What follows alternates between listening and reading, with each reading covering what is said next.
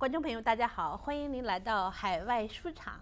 今天我们请到2位在美国的残疾人朋友，看看他们在美国的平日里的生活是什么样子的。我们现在先介绍一下 Mark and Charlie. I'm Charlie Burrows. Welcome to my show. Thank you. Thank you for having us. Thank you. So first, I think you guys live together, or you? Oh, no. No. We live in completely different towns. He lives way down in Jordan, which is down by Shakopee. Shakopee. Most people have heard of Shakopee. And Now, Jordan is famous for the world's largest candy store. Oh, you have a candy store. yeah, we very have a big big one. Yep, a Very big big yellow barn candy store. You are big I don't have boss. it, but I don't have it. It's Okay. in the city, so. And you guys both drive here. Yes. You own Yep, drive yep. here. Yep. So first, can I ask you any question? You can ask us, Absolutely. except for our bank accounts. We're not going to give you our bank account. So first, I want to know how you guys live like. One first, Mark. Yeah. Yeah, both of us actually were born with our disabilities and that. You're so. born this way. Yeah, we were Yes. born this way, exactly. yeah, So, yeah. yep. Yeah. Yeah, and for me, this was right around 59, 60 is when I was born. So things were still kind of interesting. How you grew up? Yeah, I mean, I grew up where, and Charlie too. We actually ended up at the same grade school because when we were living with our parents, we ironically lived in the same part of Minneapolis. It's just that we had a few miles between us, so we didn't know one another until we got to our schools, and that's when we met in that. We met because you we know were each other so many years. Right. Right. We've You known grew up each other together. since high school. So. right. Exactly. When you go to when you go to school, and you with all the normal kids or different special Well, they school? were. Go ahead, Charlie. The elementary school, the grade school we went to, was at that time specifically for kids with disabilities. I see. So pretty much all the kids in Minneapolis went to the same school. Mm-hmm.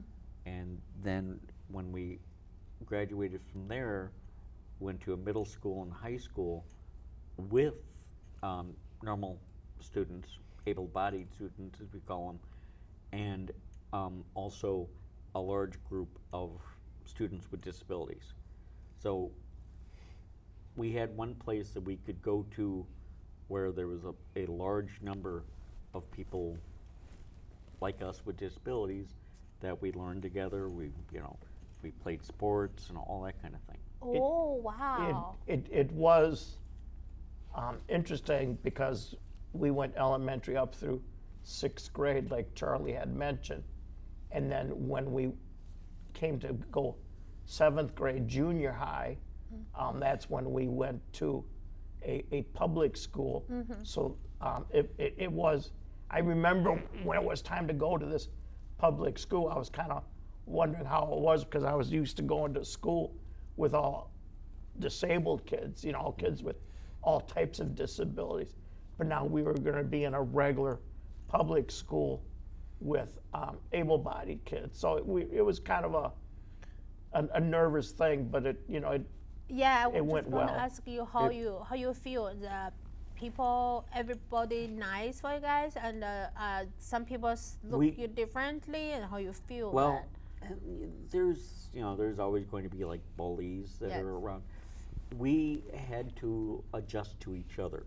Mm-hmm. I mean, they had never been in class with people with disabilities, and we hadn't been around people who were able-bodied as students. So, we're still kids, so we still get the chance to talk and learn to know each other, and that was part of the whole process in the school we went to, and it made it easier for us when we got out of school to be able to deal with other people without disabilities. Wow. Now, the one thing about the high school that we went to, I think one of the things that helped us also is that our high school, our junior high school, was very racially diverse. So, you know, we had, you know, it just wasn't like there was a group of, you know, disabled kids. You know, there was a group of different, you know, racial groups too. So with the different racial groups and then us, the disabled groups, we all learned at an early age, you could say, Right. of working together and being together in that. So it was very helpful. I believe in that. So Yeah, this was in the 1970s, Wow. where integrated schools were still not the normal thing. yeah, I mean, but then we had, you know, kids coming by bus that are, you know, African American, Yeah. or a good portion of Asian students as well. And, you know, we get everybody together in that one school, and everybody has to, you know, change their way of thinking and get to know each other and work together. Very good. So after junior high, you both go to college also? Are you? Not us. At the, okay. No, we went Junior to high, we went to a trade school. Yeah. But you, if you want, you can. But oh yes, Oh, right, Yeah. right. yes, Yeah, we had a good friend that happened to be our first coach Yeah. that passed away a couple of years ago now. Right.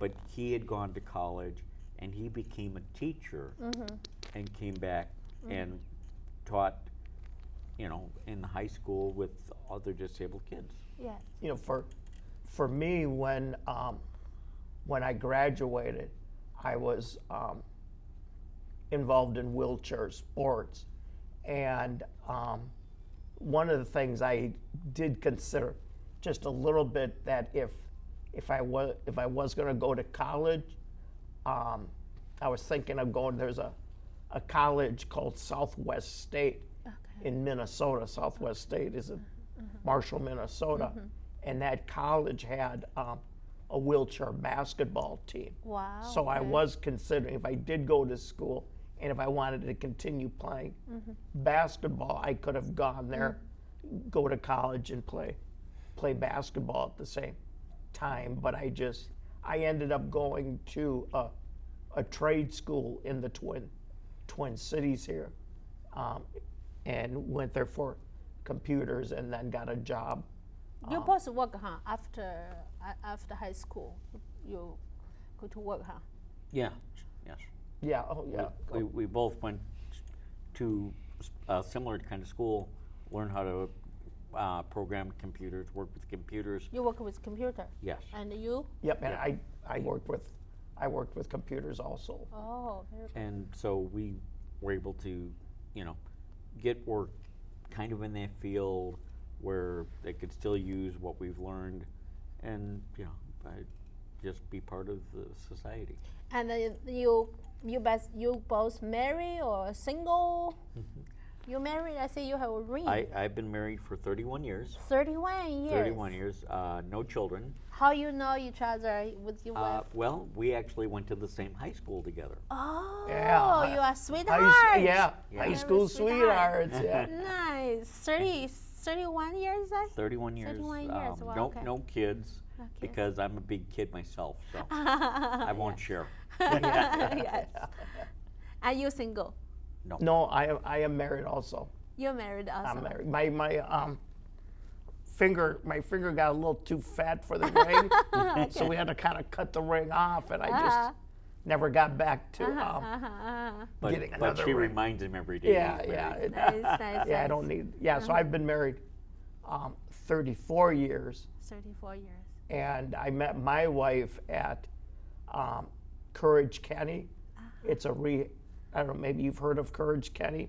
It's a rehab facility In Golden Valley. in Golden Okay, Valley and okay. also in Minneapolis down at Abbott Hospital.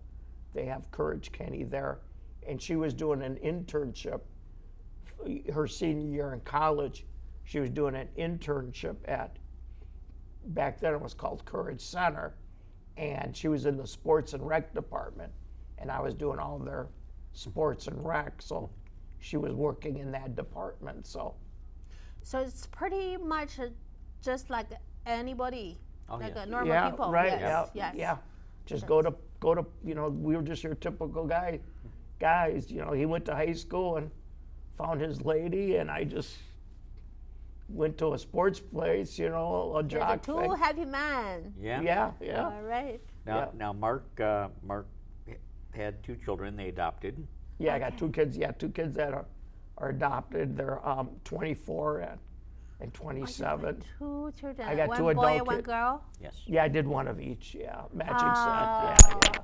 how It just so wonderful. happened. I mean, Uh-huh. it just so happened to be that way. And then my son has a daughter that's 2.5 years old. So I became a grandfather just over 2 years ago. Wow, congratulations. So yeah, she could be handy at times, and she can be a pain in the neck at times. But that's what grandkids are for, right?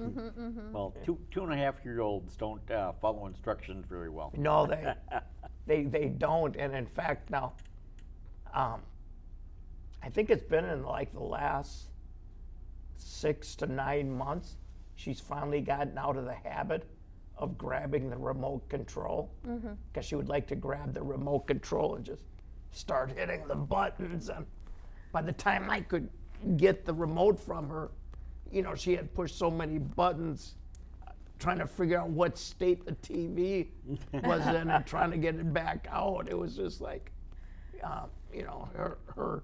horrendous in that. So. Yeah. For a guy that went to computer school, Right, yeah. he's not very technical. Yeah. After a while, I just like, okay, that's enough of this technical. What are you happy? Both you guys, and you have what you like without the work, and when you have Well, time. for me, it was when I was younger, it was doing the different sports and that. You like a sport, I can see that. Yeah. Yeah, basketball and Uh-huh. weightlifting. I got involved in weightlifting quite a bit. I competed in Seoul, Korea. Oh, wow. Yeah, I was in Seoul, Korea. Big star. Well, I don't know if I was a big star, but Well, you should bring the went there. picture here. yeah. That's how long ago? That was back in '88. 88. Yeah, so it was, I will say, it was my first time over, an Asian country. Uh-huh. So yeah, it You was. go there. Yeah, and when we went there, Do you get the gold? we went to Seoul. Did you get a gold medal? Yeah, good money. Oh, did I get a gold medal? Yeah. I did. I was able to buy one off the street. Right, yeah. No, But thank you for secret. asking. Yeah. No, I took like 8th place. So I think what I got was good luck next year, But it was interesting because when you have the Paralympics, you have to build a lot of accessible housing. So when we were there, before we got there, the Korean government built like around 8 to 9 apartment buildings, totally accessible, and it was their first government housing that was ever built specifically for the disabled. So we were the first ones to use it. Oh. And then once the Paralympics got done, Yes. then they opened it up to their to the citizens and that. So it was, back then, it was interesting because I don't think a lot of their disabled folks did a lot, because they would ask us, what do you guys, what do you do back in the U.S.? And most of the athletes, either had jobs or were going to school, so they were very surprised about it. Now, one of the things I did notice there, and I don't know if it's the same in China, but when we had a guy offer to take us from where we're at into the cities, and he went on these roads, that were very small. We call them like alleys. I mean, they were just very small roads, and they were going pretty fast. And there was me and about 3 other weightlifters, and we were just waiting for an accident. And sure enough, we got into just a fender bender. But we were just surprised we were going down what we are used to in the U.S., like an alley, and they were using them as main streets. roads, yeah. Yeah, as main roads. I'm sure this was like in the outskirts and that, because when we got into Seoul where the competition was, everything was typically what we expect of a big city, and they had all the Wendy's, McDonald's, Burger Kings. That's what I kind of ate on. It was doing the Wendy's and that they had a dining hall for us athletes, but it was okay, but I didn't care for it. And at the competition for my weightlifting, at that time I was a lightweight, so I competed the very first day, so I didn't have to watch what I ate after that. So right after I got done competing, I could always go to the Burger Kings, Yeah. McDonald's. He was looking for an American hamburger. Right, I was. I Yes. was just. No, and You I wasn't the athlete. I played sports in high school, but once I got out, I played recreationally, and my bigger calling came later in 1995 when I started a program for other people with disabilities to play sports recreationally. A lot of people have played in the high school level, and they still wanted to be involved in something like that. So I, with a couple of friends, we started this program, and we've been doing this for 27 years. So we have a great time doing that, and that takes up a lot of my time. That's Yeah, and it's called. We love to play, is what we Wonderful. call the program. Yeah, so if you have anyone that watches your show that is an adult that Has a disability. has any type of a disability, you don't have to be in wheelchairs at all. It can be cognitive or physical disability. Definitely go out onto the web and just Look us up. yeah. So we Mark, love probably you are probably really strong, huh? I see. I used to be. Yeah. Yeah, same here. Right. Yeah. Yeah. It can Yeah. be. But Yeah. age has taken its toll on us. Yeah. Right. How Yeah. old can I ask? How old are you? I'm 59. 15. You? Probably. 63. Oh, really? Yeah. Yeah. Oh, really? Yeah, he looks so boyish. Yeah. You look pretty young, actually. Really? I have to say. How old do I look like? 58 now. Don't ever give somebody that window. I know. Okay, I'm so glad. I think you guys opened the big window for Chinese people. Okay. Thank you so much. Well, thank you for having us. Thank Very you for having appreciate us. It's it. been a Thank you. blast. Thank